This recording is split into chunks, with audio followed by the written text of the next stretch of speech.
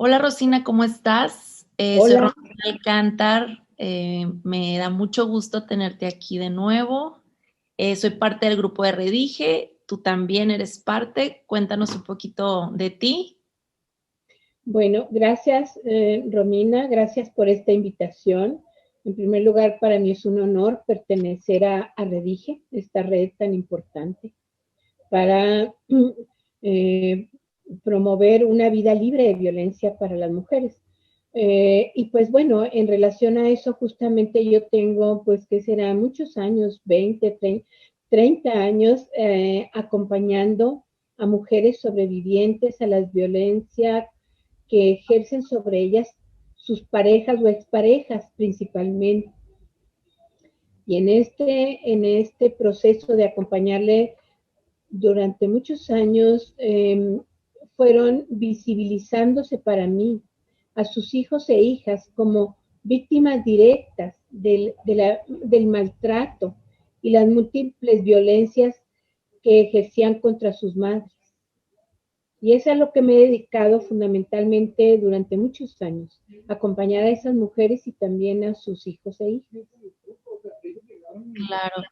eh, Sabemos que tienes como una trayectoria y una experiencia y estamos súper honradas de tenerte como parte del consejo de Redige. Los que no sepan qué es Redige, Redige es una comunidad incluyente, está conformada por organizaciones civiles colectivas, institutos, personas que trabajamos para, estamos todos unidos en una causa común que es apoyar en la equidad de género, en erradicar la violencia de género. Creemos que si nos apoyamos entre todos, como expertos como Rosina, como gente que a lo mejor no conoce quizás mucho del tema, no está tan ilustrada, por ejemplo yo, pero sí en mi corazón está el ayudar y poner un granito de arena en erradicar esta violencia y que todos seamos uno y poder realmente concientizar también a todas las personas de estos temas tan importantes que a todos nos afectan o a todos nos afectan. Nuestras redes es redige-org en Instagram. Ahí, bueno, pues nos pueden buscar en nuestra página web. Igual vamos a poner aquí toda esa información. Y bueno, pues muchas gracias. Bienvenida de nuevo, Rosina, a este espacio para informar, este espacio para educarnos todos o todes. Y bueno, vamos a hablar de este tema que comentaste un poquito, súper importante, de las hijas y hijos que son víctimas de la violencia. ¿Cómo, o sea, tú en toda tu experiencia, qué es lo que más ves que repercute a esta parte de la familia importante, esta parte fundamental de la familia? Para los hijos e hijas que crecen al lado de una mujer que está viviendo violencia por parte de su pareja o expareja, tiene múltiples repercusiones y actualmente se les conceptualizan, se les visibilizan como víctimas directas, no como testigos o testigas. Antes se hablaba de testigas o testigos, no, son víctimas, porque tienen una afectación a múltiples niveles. Son implicaciones o afectaciones que son a corto, mediano y largo plazo si no se atienden oportunamente. Hay una organización internacional, Save the Children, que tiene una publicación muy completa que se llama En la violencia de género no hay una sola víctima. Se puede encontrar ahí en internet y ahí documenta claramente todas las implicaciones. A nivel en la salud física de los niños y niñas, pues son niños y niñas que pueden desarrollar diferentes trastornos, trastornos del sueño, ansiedad. Es muy común que los niños y niñas que están sufriendo estas violencias sean diagnosticados erróneamente con TDA, ¿no? Trastorno por déficit de atención, con hiperactividad. Y lo que hay detrás de esto es un cuadro de ansiedad, ¿sí? Claro. se manifiesta a través de hiperactividad y los pueden medicalizar, ¿verdad? Pueden ir a procesos pueden ir a terapia, pero si no se resuelve de fondo el problema que lo está generando, pues son solamente formas paliativas de resolver. Claro. Los niños pueden tener diferentes manifestaciones de ansiedad como enuresis, ecopresis, como te decía, trastornos del sueño, de la alimentación, porque están en un ambiente de permanente tensión.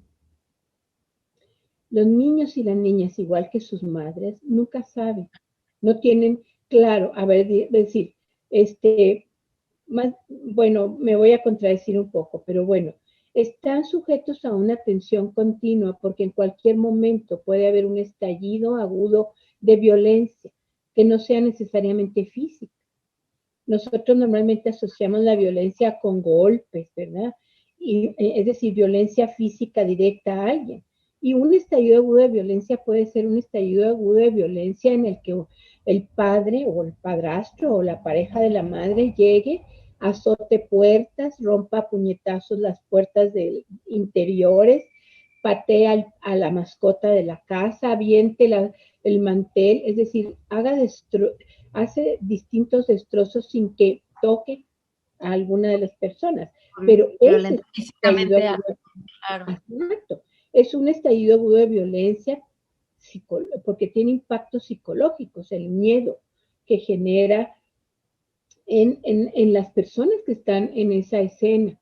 Entonces, puede ser que también sean estallidos agudos y la violencia psicológica, verbal, ¿no? Que llegue y vomite una serie de insultos hacia la madre, en este caso, pero que también les puede tocar a los niños, a las niñas, a los y las adolescentes que están ahí presentes.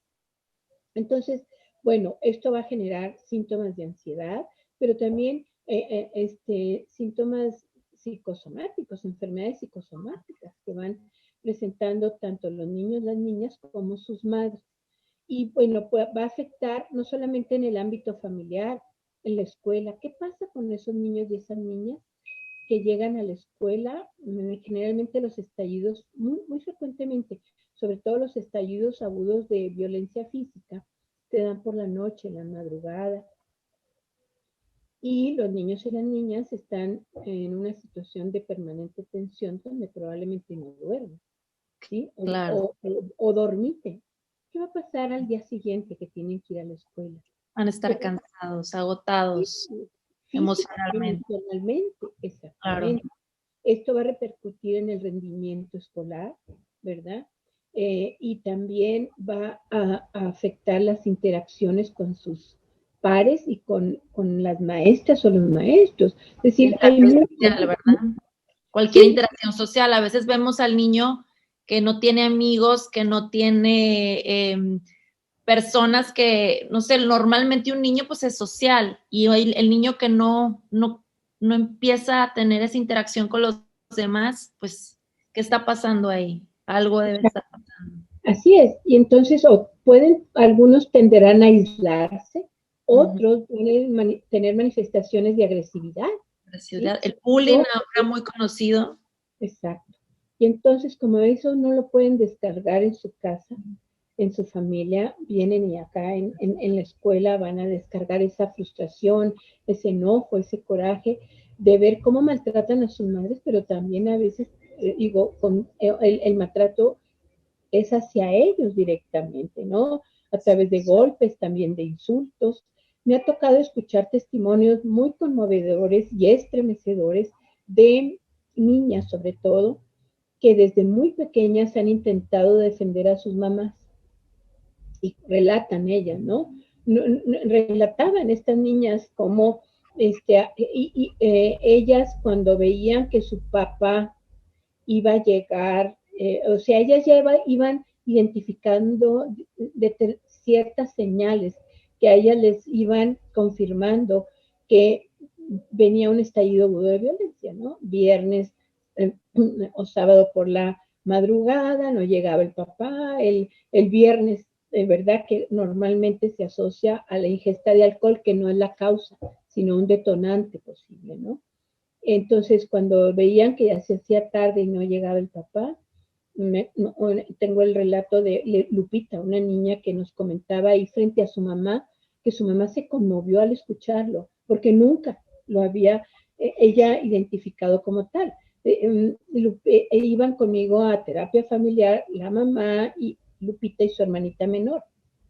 Y entonces, cuando hablábamos ahí frente a las niñas, ¿no? De algo que no ignoraban, sino cómo se sentían ellas cuando su papá llegaba a maltratar a su mamá, Lupita decía, pues cuando mi papá, yo ya sabía más o menos cuando mi papá iba a pegarle a mi mamá, que bueno, tenía 5 años, ella lo que hacía es que corría, cuando el papá entraba, corría y lo abrazaba de las piernas. Pero antes de que papá entrara a la casa, corría y a su hermanita la metía debajo de la cama. Ella tenía 5 o 6 años. La metía para protegerla y entonces corría y se le abrazaba al papá para intentar detenerlo, ¿sí? Por supuesto que el papá la aventaba de una patada y salía volando Lupita. Y entonces, cuando la mamá escuchó eso, la mamá volteó y vio a Lupita y le dijo, hija, yo tenía coraje contigo en aquel tiempo porque pensaba cómo va a abrazar a su papá si me viene a pegar. Pero la mamá no había identificado el sentido de este comportamiento de Lupita, que era protegerle, ¿sí? Entonces, bueno, con esto te quiero compartir cómo las niñas intentan parar esta violencia, pero pues obviamente que también ellas salen maltratadas. Y generalmente una hija o un hijo mayor tratan de proteger a sus hermanitos o hermanitas cuando es inminente un estallido agudo de violencia, sobre todo de violencia física, y los esconden, los protegen, ¿verdad? Recuerdo también el relato conmovedor de varios hermanitos y hermanitas, donde uno de ellos tenía como unos 10 años más o menos, y también ya identificaba cuándo iba a haber un estallido agudo de violencia, porque ya había habido antes en el ciclo de la violencia, la fase de acumulación de tensión, y en cualquier momento el estallido agudo de violencia, y entonces él lo que hacía era, tenían unas literas, lo que hacía era correr por sus hermanitos y hermanitas menores, ponía una cobija como intentando que fuera tapar, ¿no? Como una carpita, y los subía a la a la cama de arriba, se llevaba lo que encontraba en la alacena, galletas, porque él sabía que iban a pasar una noche de terror, y ahí los escondía. Y entonces escuchaban los gritos, escuchaban los golpes, y él inútilmente, de todas maneras, lamentablemente, no podían dejar de escuchar, pues imagínate, todo lo que vivían en esos momentos. Escuchar y también sentir, ¿no? Porque ¿cómo es que llegamos con una madre triste, una madre cansada, una madre deprimida, una madre golpeada y no sentimos su dolor? O sea, claro que lo sentimos. Creo que el inconsciente familiar está muy, o sea, el niño se da cuenta de lo que esté pasando, aunque creamos que lo hacemos en una recámara en la que no están viendo los niños. Claro que se siente, claro que ahí está la tensión familiar, el estrés familiar. Exacto. Y ahí las madres, hasta muchas madres, creo yo que la mayoría intentan evitar que sus niños y sus niñas, sus hijos se den cuenta, sus hijos e hijas. Y como dices tú, piensan que en la privacidad de la habitación no lo escuchan, pero los niños y las niñas lo escuchan, ¿sí? Escuchan y escuchan cosas muy serias, como una violación de la mamá. Claro. También hay estos relatos, ¿no? De cómo en casas de interés social, donde las paredes son muy delgadas, contaba una mamá, ¿no? Cómo ella trataba de que sus niños, sus 2 hijos preadolescentes, no escucharan todas las noches su pareja la violaba. Y ella tenía un problema muy serio en la columna vertebral que le hacía que esto le doliera muchísimo, ¿no? En sí el acto de la violación, pero además aunado al dolor que le generaba en su columna vertebral. Estas son las historias de terror que, bueno, empiezo a contar porque son parte de la vida real. ¿Sí? Claro. es lo que sucede cotidianamente, puertas adentro, en ese espacio que pensamos que es seguro. Pero me parece que eso es un mito que nos cuentan, ¿no? Que invariablemente en la familia, es que las personas van a estar protegidas. Entonces, bueno, con estos relatos intento dimensionar las afectaciones que tiene estar escuchando, por ejemplo, a dos preadolescentes, como su madre era violada, pero además también la veían con moretones y golpes tremendos en su cuerpo. Y ellos callaban, ¿no? Porque bueno, por muchas situaciones, ¿no? Que ellos estaban ahí, callando y experimentando todo esto, y uno se pregunta, ¿qué va a pasar con estos adolescentes estos adolescentes cuando crezcan, ¿no? Y esa es mi pregunta que sigue. ¿Qué es lo que sucede con esos niños o niñas o esas personas que están siendo afectadas y que son parte también, son víctimas de la violencia en esta edad adulta? Para si nos escucha alguien que vivió estas experiencias, ¿cuál puede haber sido su repercusión en su vida? Porque a veces lo vemos como, bueno, yo lo pasé, ya lo superé, pero resulta que ahorita a lo mejor ni siquiera puedes tener una relación sana, o ni siquiera puedes tener una relación, o ni siquiera puedes, o tienes una ansiedad que no entiendes. Entonces también ver las repercusiones también en los adultos. Bueno, a mí me tocó escuchar también, bueno, yo lo que he aprendido, he tenido una gran oportunidad de aprender acompañando a miles de mujeres, porque fueron muchos, 10 años o más, acompañando de manera grupal y de manera simultánea a muchas mujeres en varios grupos, y como terapeuta también, o sea, esto de manera grupal, pero también en sesiones de terapia familiar, obviamente sin el generador de violencia, y con el subsistema de la madre con sus hijos e hijas o los hermanos. Pero bueno, he escuchado en los mismos grupos a las y los adolescentes hablar bueno, de qué impacto ha tenido, más bien a estas mujeres y a estos jóvenes, ¿qué pasó con ellos y ellas? Algo que vi de manera repetitiva es cuando hay el hijo mayor, un varón, es alguien que también es violentado por el padre porque lo ve como un rival desde el embarazo. ¿Sí? Bueno, desde el embarazo, los hijos y las hijas, muchos de ellos y ellas experimentan la violencia desde el vientre materno.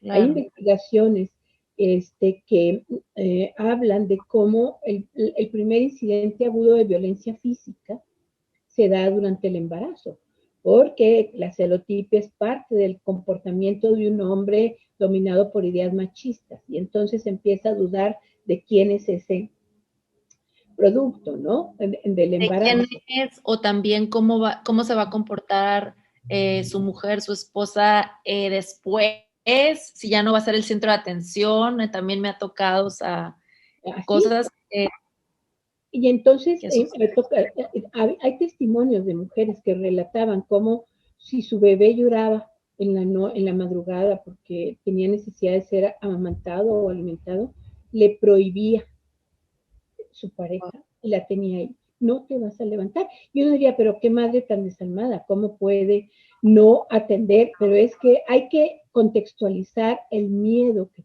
tienen, ¿no? Que las paraliza y las bloquea. Entonces el bebé puede llorar y llorar y él le prohíbe. Entonces, muchos hombres ven a ese primer hijo como alguien, un rival que compite por la atención de su mujer. Y entonces esos niños crecen con miedo, con temor, muy al amparo de las madres, y son violentados fuertemente, a diferencia de otros niños que papá le da la coronita y simbólicamente le da poder, ¿no? Pero hay otros niños que crecen con ese miedo y al amparo. Las madres intentan protegerles. Esos niños, en la adolescencia, en la juventud, en la edad adulta, pueden ser eh, víctimas de la violencia en las relaciones de pareja por parte de una mujer, ¿sí? Son mucho menos los casos, por supuesto. Estadísticamente, en proporción y en intensidad y gravedad, los hombres violentados por mujeres. Pero me parece que un hombre que cree, un niño que crece con miedo, con temor, con inseguridad, puede ser víctima futuro de la violencia por parte de una mujer. Claro. Eso sucede con alguna frecuencia, no puedo decir con mucha frecuencia, pero bueno, también ¿qué puede pasar? Si hay niños que llegan a la adolescencia no tan violentados por el padre, no violentados de esta manera, como lo digo, porque de hecho ver que maltratan a su madre va generando en ellos coraje y enojo hacia el padre. Y cuando llegan a la adolescencia, los relatos que he escuchado es que ese hijo adolescente se le enfrenta al padre, Claro. intentando defender a la madre, y logra parar la violencia física nada más, ¿sí? La física, porque entonces el adolescente ya mide fuerzas con el padre y se le enfrenta y puede ganarle al padre. Y eso va a detener al padre, pero solamente de la violencia física, porque están las otras formas de violencia, la sexual, económica, patrimonial, psicológica, que el hijo no va a parar. Entonces, pero lamentablemente, Romina, esos adolescentes que creen que están enojados con papá y que les afecta ver a mamá así, a la vuelta del tiempo, en relaciones de pareja, violentan. Sí. Y también las mujeres, ¿qué pasa con las niñas? Las niñas como Lupita, que intentan defender a su mamá, que les puede verla sufrir, con el tiempo en la adolescencia su enojo ya no es tanto al padre, sino a la madre por aguantar. Claro. Ese enojo se va desplazando hacia la mamá y le dicen, mamá, ¿por qué aguantas? ¿Por qué estás aquí? Con una frustración. Pero también lamentablemente a la vuelta del tiempo se involucran en relaciones maltratantes. Aunque no soportaban ver a su mamá en esa condición, están involucradas en relaciones donde ellas son maltratadas. ¿Sí? Y bueno, hay muchas modalidades, ¿no? También hay adolescentes que van a estar a la defensiva y a la ofensiva, ¿verdad? Es decir, se involucran en relaciones de pareja donde ellas no son maltratadas, pero están siempre a la defensiva o a la ofensiva. O dicen, a mí no me van a hacer lo que me hicieron a mi madre. Bueno, pues más o menos, ¿no? Hay muchas variantes, pero Hay es lo muchas que variantes, claro, pero aquí la cosa es que veamos las repercusiones que hay, que la mayoría de las madres a veces y padres, hablando aquí de cualquier persona, de cualquier género que está siendo violentado, no se van de la relación por los hijos. Muchas veces o sea, yo he tenido muchos casos y creo que también en tu práctica has tenido muchos casos en los que es que cómo voy a dejar sin padre, por cómo no. Pero esa realidad quizás las personas expertas, las personas que, los terapeutas, los psicólogos, los psiquiatras, las organizaciones que ya tenían una forma de entender todo esto en un lugar de una perspectiva muy diferente, podemos verlo, pero la persona que está metida en esa situación no lo alcanza a ver porque es lo conocido, es lo que ha vivido, no ve posibilidades cuando pues al pedir ayuda sí existe una posibilidad. Mira, Romina, ahí la cultura y la sociedad También. juegan un papel determinante. Exacto. Las mujeres que aguantan y permanecen ahí por los hijos e hijas están siendo congruentes con lo que la sociedad les demanda y muy particularmente la religión. Es Exacto. decir, el matrimonio es para siempre hasta que la muerte nos separe. La separación o el divorcio destruye a la familia y las mujeres lo último que y bueno, es decir, se considera también que la única manera en la que los hijos e hijas pueden crecer de una manera sana, armónica, es en una familia con este modelo hegemónico de una familia biparental heterosexual. Es decir, es el único modelo de familia en el que va a garantizar un desarrollo adecuado para sus niños y niñas. Esto nos lo bombardean continuamente. Continuamente. Distintos medios, Romina. Y entonces las mujeres lo último que quieren es destruir la familia y afectar a sus hijos e hijas porque tienen tatuado en el cerebro todos estos mensajes.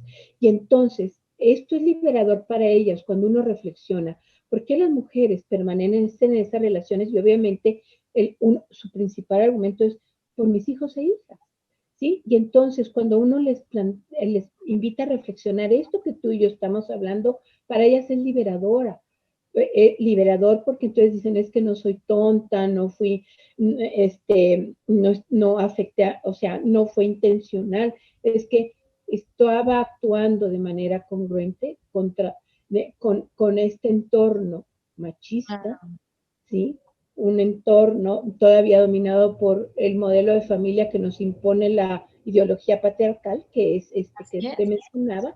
Entonces, ellas están siendo congruentes y van con terapeutas familiares, van con el sacerdote, van con el pastor y hacen todo lo posible para que la familia, la pareja se mantenga unida. Unida, ¿sí? Claro. Sí, fíjate que hace unos días vi un video en las redes sociales donde un padre hablaba de que te quedes, que la familia es lo más importante y tienes que estar, a pesar de cualquier cosa, con la familia unida porque el matrimonio es para toda la vida. Realmente me apachurrió el corazón porque, y no es que estemos en contra de la familia, la verdad es que es todo lo contrario, pero en lo que queremos es que sean individuos sanos en esa familia. En esa familia se necesita que eso sea lo principal, no la familia a pesar de todo, porque... Ahora, también si abrimos el concepto de familia, claro que es una mamá con sus hijos e hijas es una familia funcional. Es decir, ¿cuántas historias conocemos de madres solteras, de madres que asumen la crianza solas por decisión propia o por abandono del padre, ¿verdad? Claro. Y sus hijos e hijas crecen de manera armónica, su desarrollo es un desarrollo adecuado, con mucho sacrificio por parte de ellas. Pero hay otras modalidades, las parejas, las familias donde está la madre y la abuela, es decir, hay muchas conformaciones o las parejas del mismo sexo, que ese es otro tema controversial. Pero claro, es decir, si ampliamos este concepto a familias, entonces vemos cómo no tiene que ser el padre el que esté ahí. Y no es que estemos en contra de que los padres estén ahí, depende. Es decir, depende del padre, ¿verdad? Que tanto tiene incorporadas estas ideas de que él es el que tiene el poder y el control sobre todos los integrantes de la familia. También eso marca una diferencia. Entonces, pues creo yo que es una oportunidad para reflexionar acerca justamente de esto, ¿no? ¿Qué implicaciones tiene si no visibilizamos las distintas violencias, que nos aferremos a este modelo de familia que hace que las mujeres aguanten y soporten todas estas atrocidades y donde no necesariamente está la violencia física, ¿no? La violencia psicológica es devastadora. Escuchar cómo a su mamá la humilla, ¿verdad? Y pueden ser de diferentes maneras, ¿no? Cómo la acusan de ser una puta, porque eso pasa, digo, esas son las palabras que se utilizan, la controlan, la celan, eso también la manipulan y manipulan a los hijos e hijas. A los hijos. Claro. Hay expertos en este tema, afortunadamente, como Raúl Lizana, que tiene un libro que creo que ya lo había recomendado, que se llama A mí también me duele, que habla de todas las implicaciones que tiene justamente en niños y niñas el estar expuestos a esta violencia. Está también Jorge Barudi, que es un paidopsiquiatra reconocido a nivel internacional, que plantea algo que me parece fundamental. Un hombre que ejerce violencia contra las mujeres no tiene las capacidades y habilidades para ejercer un buen paternaje. Es un mito esto de separar, porque en el ámbito jurídico luego se separa, ¿no? Cuando está en juego la guardia y custodia. Bueno, es que por el hecho de que haya violentado a la madre, no quiere decir que no pueda ser un buen padre. Los expertos plantean quien violenta a las mujeres, ¿verdad? Quien ejerce violencia en la relación de pareja no tiene las habilidades ni la capacidad para ejercer un paternaje adecuado. Y eso me parece que no está suficientemente visibilizado, ¿sí? No, Y no esto está. lo plantea Jorge Barudi. Hay una conferencia de él en YouTube, ¿no? Donde él hace estos planteamientos que me parecen muy puntuales por parte de él. Se los vamos a pasar la liga para que puedan profundizar en este tema importante.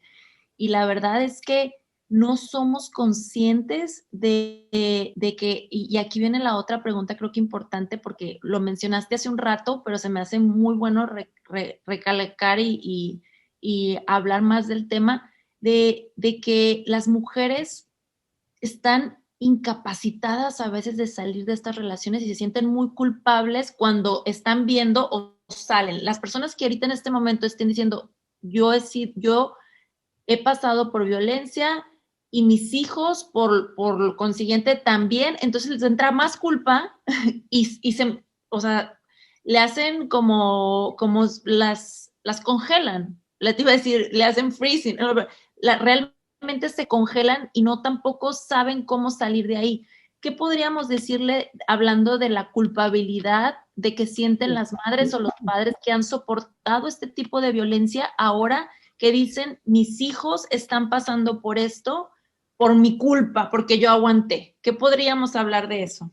Pues pienso que, bueno, un mensaje para todas esas madres, porque en este caso estamos hablando de violencia de género en la pareja, que es específicamente la violencia que las mujeres sufren por parte de su pareja, de un hombre, ¿no? En una relación heterosexual, por supuesto. Y pues bueno, yo les invitaría a reflexionar acerca de todo lo que han hecho intentando proteger y poner a salvo a sus hijas e hijas, que cada vez son menos las posibilidades que tienen las mujeres porque la violencia que ejercen contra ellas sus parejas o exparejas, porque ahorita, aunque estén separados y divorciados, siguen ejerciendo violencia a través de los hijos e hijas. Esto va debilitando y afectando a las mujeres que recuerden esto, ¿no? Que en algún momento dado han intentado protegerles, pero que la presión social, cultural y religiosa juega un papel muy importante para que ustedes permanezcan en estas relaciones. Y no son culpables, han sido congruentes, lo mismo que yo te compartía, ¿no? Han intentado contra viento y marea salvar su matrimonio y no destruir la familia, pero afortunadamente y sobrevivir. Y sobrevivir en esas relaciones de diferentes maneras, como cada quien lo ha podido, las circunstancias se lo ha permitido. Pero afortunadamente creo que escuchando esta información, pues hay la posibilidad de que puedan acercarse a diversas instituciones o instancias para que ustedes puedan liberarse y puedan liberar a sus hijos e hijas de esas violencias que están viviendo, ¿no? También me parece importante el hablar de esto que yo te comentaba, yo enfatizo pareja o expareja, porque cuando una mujer decide terminar una relación y se separa o se divorcia o bien decide poner una denuncia, aumenta su riesgo si no está asesorada y acompañada adecuadamente. El nivel de riesgo de las mujeres de ser asesinadas o ser severamente violentadas físicamente aumenta en ese periodo, cuando las mujeres se separan, se divorcian o deciden poner una denuncia. Entonces necesitan un acompañamiento muy puntual. Y entonces, ¿qué es lo que pasa cuando las mujeres deciden esto? Los hijos e hijas se utilizan como el garrote para seguirlas maltratando. Claro. A través de dejar de dar la pensión alimenticia, de manipular a sus hijos e hijas en contra de la madre, de pedir visitas, solicitar en un proceso de divorcio que no tiene perspectiva de género, que las abogadas o abogados que los tramitan no tienen la perspectiva de género, no dimensionan todo lo que puede pasar en un divorcio cuando hay violencia de género en la pareja, y entonces los hombres tienen visitas libres. Muchos hombres dicen, no, pues yo quiero ir a verlo pues cuando pueda. Y las mujeres que siguen teniendo una actitud ¿cómo diríamos?, de abnegación, dicen, bueno, pues por el bien de mis hijas e hijos, que vean a su papá cuando quieran. ¿Y qué suele pasar? Yo trabajé muchos años en una organización no gubernamental en donde habíamos equipos de abogadas y psicólogas y se litigaba tanto en el ámbito penal como familiar, todos estos casos de violencia. Entonces, en el ámbito de lo familiar, ¿qué pasaba en esos divorcios donde ellos tenían visitas libres? Iban todos los días, pero no a ver a sus hijos e hijas, iban a seguir queriéndola seguir controlando. ¿A dónde vas? ¿Con quién vas? ¿Por qué andas vestida así? Y los niños, mamá, papá, no nos hacían caso. En realidad iban a continuar controlando a la madre. Exacto. Y muchos otros, hay muchos relatos, ¿no? De cómo los hijos e hijas, y luego ellos pueden asumir un papel de víctima frente a los hijos e hijas, y entonces los hijos van y le reclaman a la mamá que su pobre papá le están quitando todo su sueldo, que él se quedó sin casa, y las madres suelen doblegarse ante esto y regresar o pedir que les bajen la pensión alimenticia si no tienen una buena asesoría legal. Claro. Sí, son muchas las veces que es claro cómo también los hijos e hijas son víctimas de este maltrato, realmente. O sea, no lo podíamos ver así, a lo mejor, pero qué interesante que con estas pláticas podamos hacernos más conscientes y que también si creemos que no, porque la plática pasada que tuvimos Rosina y yo, y ojalá puedan también ir a verla, hablábamos del tipo de violencias y cuando a veces creemos que cuando no es físico no es violencia. Entonces, si en este momento podemos ver que sí ha habido violencia en nuestra relación, que sí, que tomamos conciencia de una forma diferente, cómo hemos sido víctimas y pues también nuestros hijos han sido víctimas, hijos e hijas de esto, podamos acudir a este tipo de instituciones como Redige, que nos pueden apoyar y que hay apoyo no solamente en la parte psicológica, hay apoyo en la parte legal, hay apoyo en la parte, o sea, son unas redes en las que te ayudan a poder entender en todas las partes cómo salir de esto, cómo encuentres una solución, una salida en la que no se te haga tan difícil. Has pasado por tanto que de perdida tengas las herramientas, que no se te escape algo, porque a veces se nos escapa. Hay muchos terapeutas, abogados, que pues tienen las buenas intenciones, pero como decía Rosina, a veces no son abogados que tienen conocimiento de estos temas, entonces se les pueden escapar ciertas cosas, o terapeutas igual se nos pueden escapar ciertas cosas, y qué interesante que podamos acudir a personas que sí nos puedan ayudar y encontrar esa luz, que ha sido muy difícil que hayas pasado por todo esto, que no sea tan difícil también los trámites más en nuestra cultura, pues yo creo que ya en general no, pero los trámites para salir de esto son complicados. Exacto, es el largo y tortuoso camino en búsqueda de la justicia, ¿no? Donde las mujeres son frecuentemente revictimizadas por el sistema. Poner las denuncias y muchas otras en muchas instituciones. Y me parece importante esto que planteas de Redige, porque ha construido una red muy amplia de apoyos que necesitan las mujeres, que son apoyos que se necesitan de manera simultánea y coordinada. La parte psicológica para revertir los impactos que ha tenido las distintas violencias, el apoyo jurídico, legal, una asesoría adecuada y un acompañamiento en todas las instancias a las que tienen que acudir, y también un apoyo para conseguir una autosuficiencia económica, por ejemplo. Claro, ¿no? También existe una bolsa de trabajo.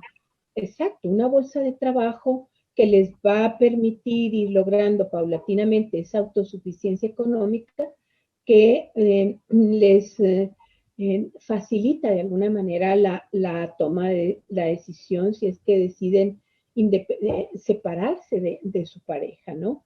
Entonces, pues creo que Redige es una excelente opción para las mujeres para encontrar este tipo de apoyos y acompañamientos para liberarse de esto y vivir una vida libre de violencia para ellas y para sus hijos e hijas.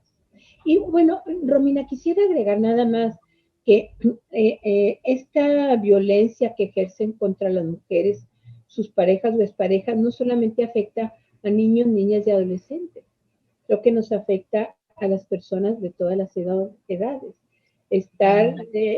Y eso genera mucha ambivalencia a los hijos e hijas en la edad adulta, cuando la pareja sigue junta, ¿verdad? Porque es decir, ver a su mamá que sigue sufriendo y cuando se toma conciencia de la violencia de género en la pareja, hay ambivalencia hacia el padre. Al padre se le quiere, decir, hay afecto hacia el padre, pero también enojo, ¿sí? Porque continúan viendo cómo violenta a su mamá. Y eso no es fácil de ir asimilando y aceptando. Estar siendo todavía siendo testigas o testigos en la edad adulta de cómo sus padres y su madre en la tercera edad viven todavía esta situación. Entonces también eso nos afecta, creo yo, en todas las etapas de nuestro ciclo vital. Exacto.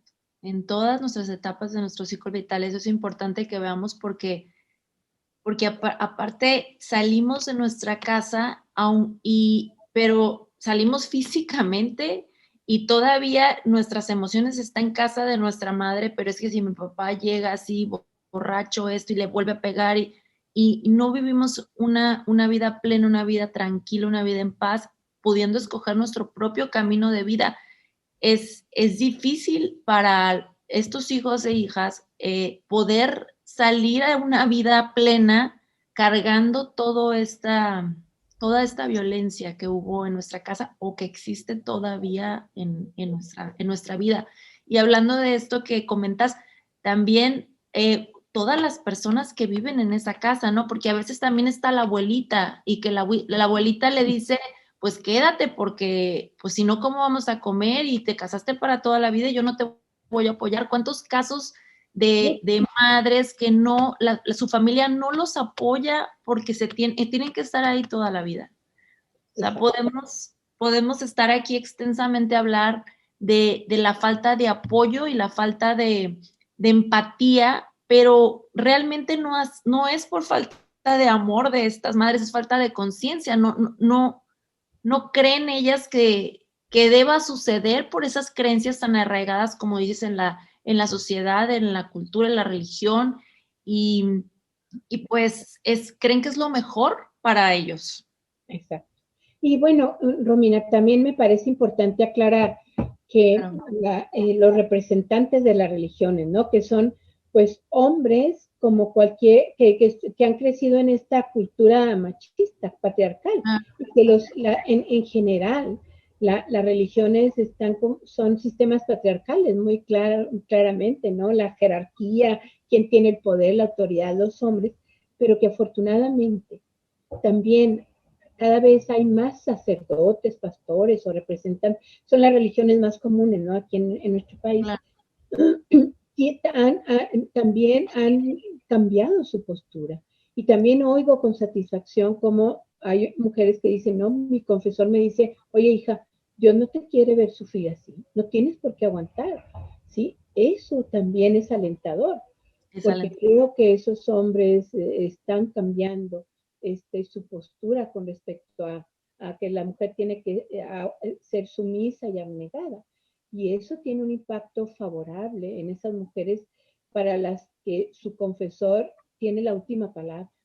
Claro, Bueno, claro, creo que pues poco a poco con educación, con este tipo de entrevistas también que nos ayudan a abrir conciencia, pero bueno, no hay solamente esto, sino libros, seminarios, también como un colectivo entero está abriendo los ojos y está viendo que este patriarcado pues no ha favorecido a todos, todo lo contrario, creo que cualquier mujer en México, las estadísticas son muy claras, es más las violentadas, es más las que han sufrido este tipo de abusos que las que no. O sea, sí es muy claro, pero creo que con todas estas herramientas que tenemos ahora, podemos un poco abrir los ojos y empezar a tomar conciencia de que sí se necesita un cambio y que como lo hablamos en el equipo de Redige y yo que soy parte del equipo y tú que parte del consejo, en Red somos más fuertes, apoyándonos con todos. Este mundo es de cooperación, este mundo es también de entender que podemos pedir ayuda y que hay personas que sí nos van a echar la mano, nos van a apoyar, hay instituciones, hay colectivos y realmente voltear a ver a otro lado y no otra vez a revictimizarnos como hablabas y buscar esta salida, buscar esta luz que sí puede haber y que sí podemos cambiar nuestra vida y la vida de nuestros hijos. Claro, y fíjate, Romina, el promover esto es promover una cultura de paz que nos favorece a todos los seres humanos, ¿no? No es que estemos buscando condiciones de privilegio para las mujeres. Se aspira a un mundo en donde las personas vivamos en un ambiente de respeto, de igualdad, de respeto a la diversidad. Entonces, cuando nosotros promovemos o cuestionamos, ¿no? Todas estas creencias que favorecen relaciones injustas, desiguales entre hombres y mujeres, cuando las cuestionamos, estamos encaminándonos hacia promover lo contrario, ¿no? Relaciones igualitarias, relaciones equitativas justas para promover una cultura de paz. Exacto, que eso es lo que se busca llegar al balance, al equilibrio, no, no uno más que otro, sino realmente, pues, como debe ser la palabra pareja, debe ser parejo y debe ser en paz, en estabilidad y pues creo que estaría buenísimo que aquí cerráramos. Te quisiera agradecer muchísimo, Rosina, por toda tu sabiduría y tus conocimientos que nos regalas y pues muchísimas gracias por ser miembro de este consejo. Todos tus aportes se ven plasmados y van a ayudar a muchas personas y como, bueno, toda tu vida lo has hecho, pero bueno, ahora toda esta experiencia y todo este conocimiento todavía aquí aporta más en este equipo y este consejo de trabajo. Muchísimas gracias, Rosina. Gracias a ti, gracias a Redige por invitarme a ser parte de esta red y pues espero que esto que tú y yo conversamos contribuya a que muchas mujeres que están en esta situación vean una esperanza y una posibilidad, ¿no? De cambiar esa situación que están viviendo. Gracias a todas y a todos por escuchar. Muchas gracias.